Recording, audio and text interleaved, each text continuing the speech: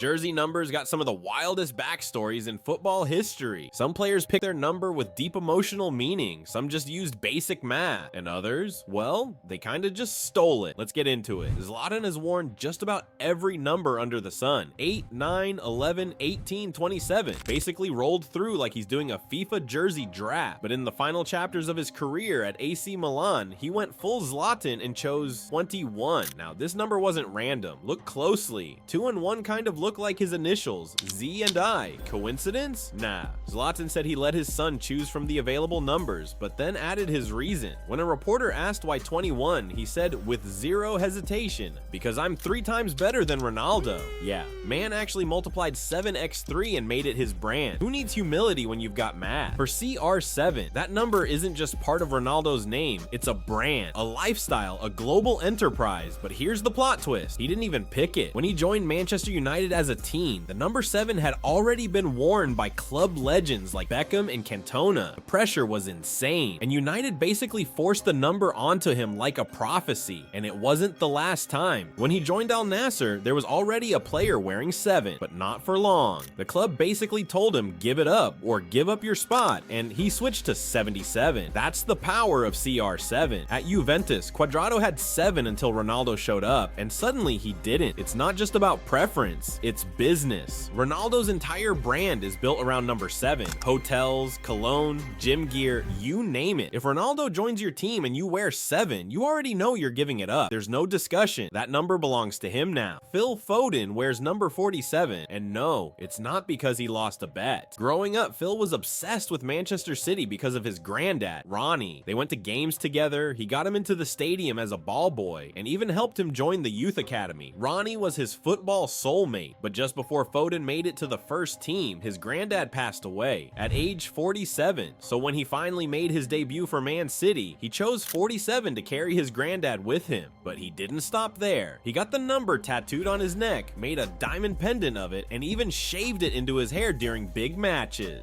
Foden isn't just wearing a number, he's carrying a memory every single game. Most players pick numbers that mean something deep. Lizarazu, his story's mathematically freaky. He picked 69. Yeah, the number everyone giggles at in school, but not for that reason. Turns out he was born in 1969, stood 1.69 meters tall, and weighed 69 kilograms. Man was basically engineered in a science lab to wear that number. So when Bayern Munich let him choose his kit, he didn't hesitate. It was all just too perfectly aligned. I mean, you can't not pick it at that point, right? Still, imagine being the Bayern equipment manager when he said, give me 69. Bet that was an awkward meeting. Erling Haaland, football's Viking warlord, could have picked literally any number when he joined Man City. Fans thought he'd go for 15, the number his dad wore when he played for City. Erling even posted childhood pics wearing it, teasing the internet. Man was baiting us. During his jersey reveal, no number. The jersey he gave his dad, no number. Speculation went wild. 19, 23, even 30. People had entire Reddit threads going. Then, surprise, Haaland drops the bomb. Number 9. Why? Because it's the striker number, the main man, the goal machine, but also it sells. Number 9 is iconic. Ronaldo, Lewandowski, Benzema, they've all worn it. And when Haaland took it, boom, jersey sales went nuts. Combine that with him breaking goal records like it's a hobby, and City had themselves the most marketable number since CR7. Messi had worn number 10 at Barcelona for over a decade. It was his identity, his crown. But when he joined PSG in 2021, Neymar, his former Barca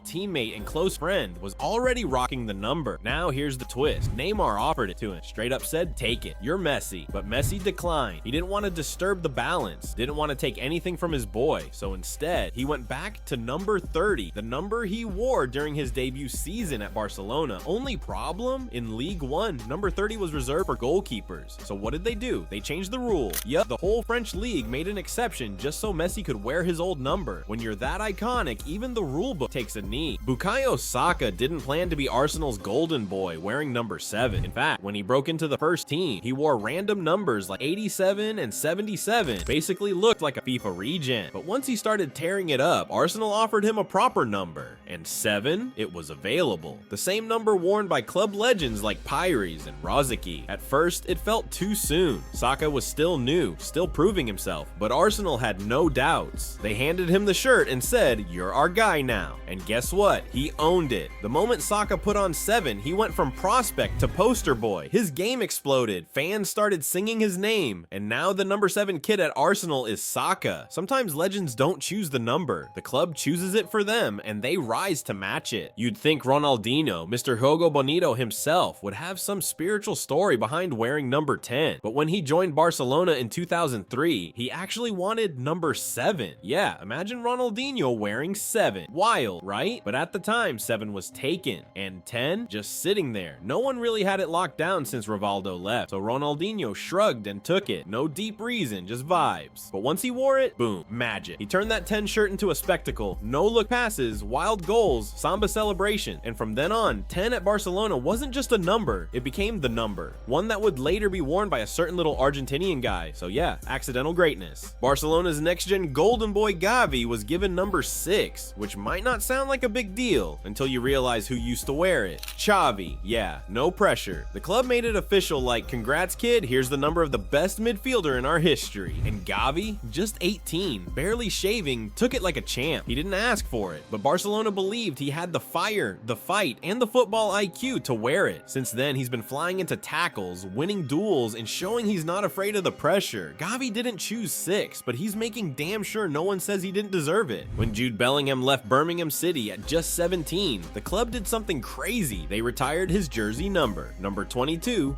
gone. Like he was already a club legend. People laughed, you're retiring a teenager's number? But Birmingham insisted it was a symbol of what he represented for their academy and future stars. Fast forward a few years, Bellingham joins Real Madrid, and guess what number he chooses? Yeah, not 22, not flashy, not a striker's number, but 5, worn by Zidane. It was Real Madrid saying, this isn't just a wonder kid, we think he's the future of our midfield. And Jude, man, started balling out from day one. Goals, assists, clutch moments. Number 5 suddenly looked kinda sexy again. 2014 World Cup, Colombia. James Rodriguez turns into a living cheat code. Goals, screamers, golden boot. The world was obsessed. So when he signed for Real Madrid, he wanted number 10, the same number he wore for Colombia. Problem? That number belonged to Modric, and Modric wasn't giving it up, so James took number 11 instead, and yeah, it never quite hit the same. Sometimes you don't get your favorite number. Sometimes you just gotta make the next one work. And while James had his moments, you could tell he was number 10 at heart. Riyad Mahrez doesn't get talked about nearly enough, but his number story is kinda perfect. When he joined Leicester City from the French 2nd Division, he wore number 26. Not exactly a famous winger number, more like a squad player or backup keeper. But what did Mahrez do? He wrecked the Premier League. He and Vardy cooked defenders all season, helped Leicester pull off the most ridiculous league title in history, and became a club legend. Even when he moved to Manchester City, he kept 26. Didn't chase a trendier number. Didn't care. For Mahrez, 26 was where the magic happened. Why mess with it?